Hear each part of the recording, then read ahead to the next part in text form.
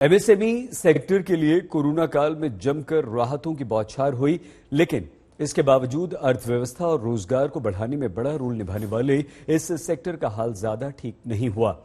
इसका कारण कच्चे तेल के बढ़ते दाम और जीएसटी की उलझन। ऐसे में एमएसएमई सेक्टर इस बार के बजट में महंगाई को कंट्रोल करने और टैक्स के नियमों को आसान बनाने की मांग कर रहा है।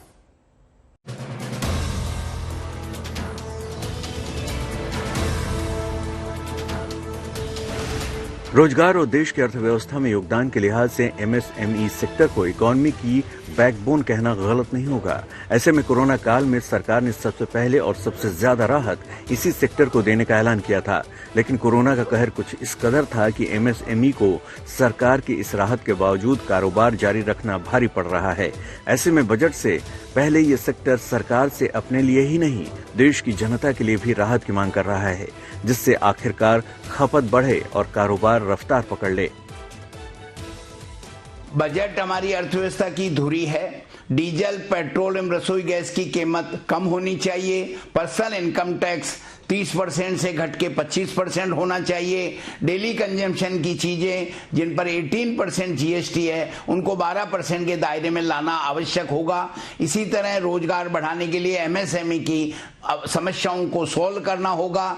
एग्रीकल्चर इंफ्रास्ट्रक्चर फंड जो 2 करोड़ रुपए का प्रोविजन है, वैसा ही प्रोविजन एमएसएमई उद्योगों के लिए हो तो बैंकों की सिक्योरिटी ओरिएंटेड अप्रोच से एमएसएमई उद्योगों को फायदा मिलेगा।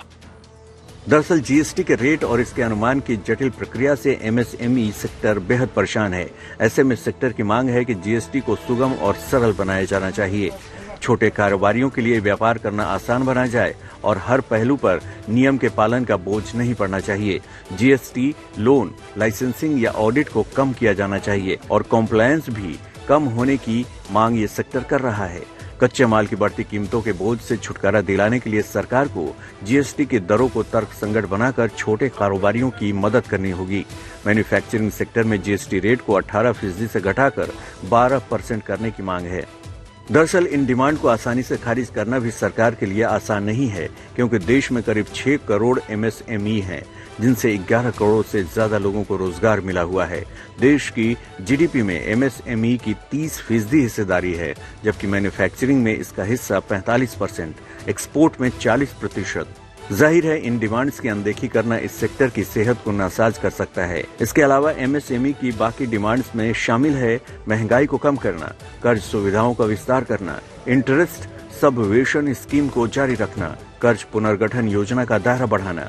जाहिर है जिस तरह से तीसरी लहर ने फिर से प्रतिबंधों को लगाया है, उसे देखते हुए इस सेक्टर को राहत का बेसब्री से इंतजार है। इसी तरह इंफ्रास्ट्रक्चर सेक्टर भी, खासकर रोपवे सेक्टर, बजट में सरकार से कई तरह की उम्मीदें लगाए बैठा है। रोपवे को भी दूसरे अर्बन ट्रांसपोर्ट सिस्टम के जो टैक्सेशन है 5% उसके लेवल पे लाना चाहिए।